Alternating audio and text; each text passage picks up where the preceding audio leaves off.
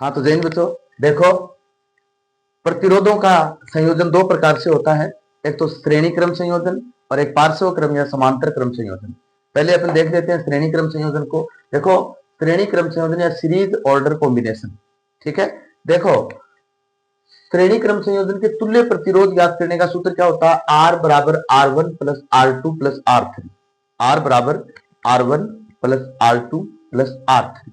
इसमें प्रतिरोधों को किस प्रकार से जोड़ते हैं? तो देखो, इसमें प्रतिरोधों को सीधा जोड़ते हैं। एक प्रतिरोध का अंतिम सिरा दूसरे प्रतिरोध के प्रथम सिरे से जुड़ा रहता है और दूसरे प्रतिरोध का अंतिम सिरा तीसरे प्रतिरोध के प्रथम सिरे से जुड़ा हो, तो इस प्रकार का संयोजन क्या कहलाता है?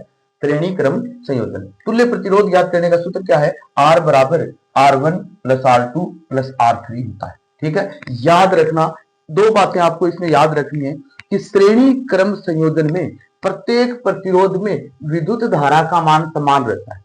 विद्युत धारा का मान समान रहता है और सिरों के मध्य विभवांतर है ना, वो प्रत्येक प्रतिरोध में अलग अलग होता है। सिरों के मध्य विभवांतर प्रत्येक प्रतिरोध में अलग अलग रहता है। इसीलिए है ना, अपने घरों के अंदर जो फिटिंग की जाती है वो समांतर क्रम संयोजन में की जाती है, श्रेणी में नहीं की जाती है, ठीक है ना।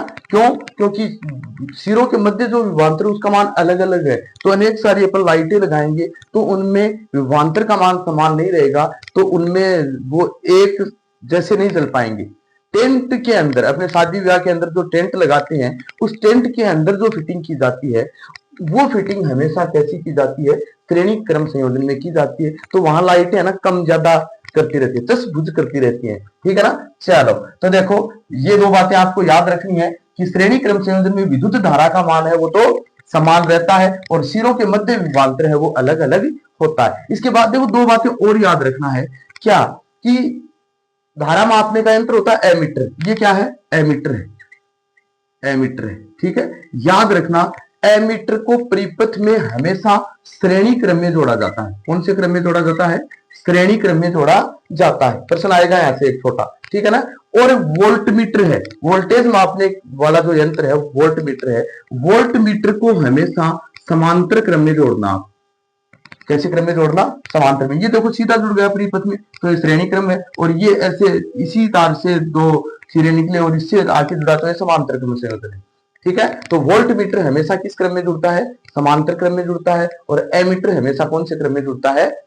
श्रेणी क्रम में जुड़ता है। इन बातों को याद रखना। अब एक क्वेश्चन आएगा आपके कि सिद्ध कीजिए कि श्रेणी क्रम संयोजन के तुल्य प्रतिरोध ज्ञात करने का सूत्र R बराबर R1 plus R2 plus R3 होता है। इसको सिद्ध करना आ जाए तो अपन कैसे करेंगे? तो सबसे पहले अपन लिखेंगे कि सिरों के मध्य विभवांतर श्रेणी क्रम संयोजन में अलग अलग होता है प्रत्येक प्रतिरोध में, तो कुल विभवांतर निकालेंगे पहले। तो कुल विभवांतर V बराबर V1 plus V2 plus V3। प्रत्येक प्रतिरोध में विभवांतर अलग अलग है, तो अलग अलग क्या निकाला आपने? V बराबर V1 plus V2 plus V3।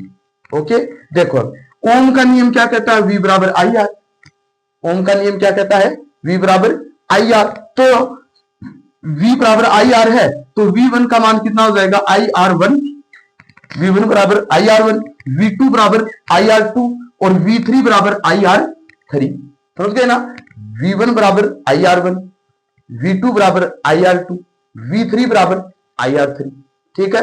चलो तुल्य विभवांतर निकाले। V बराबर IR1, V की जगह V1 V2 V3 की जगह क्या लिख देंगे अपन? V बराबर IR1 plus IR2 plus IR3 लिख दिया। चलो अब I को कॉमन, अच्छा एक बात और, V बराबर तो IR होता है, यहां भी अपन IR का रख देंगे। ओम के नियम से यहां भी अपन क्या रख देंगे? IR रख देंगे। सो IR बराबर, I को कॉमन ले लिया अपन ने, I R1 plus R2 plus R3। I common ले लिया, R1 plus R2 plus R3। I को I से उड़ा देंगे, तो R बराबर क्या है अपना? R बराबर R1 plus R2 plus R3। ये इसके नीचे लिख देना आप इति सीधम, ठीक है। तो श्रेणी क्रम संयोजन में तुल्य प्रतिरोध ज्ञात करने का सूत्र R बराबर R1 plus R2 plus R3 होता है। थैंक यू बेटा, धन्यवाद।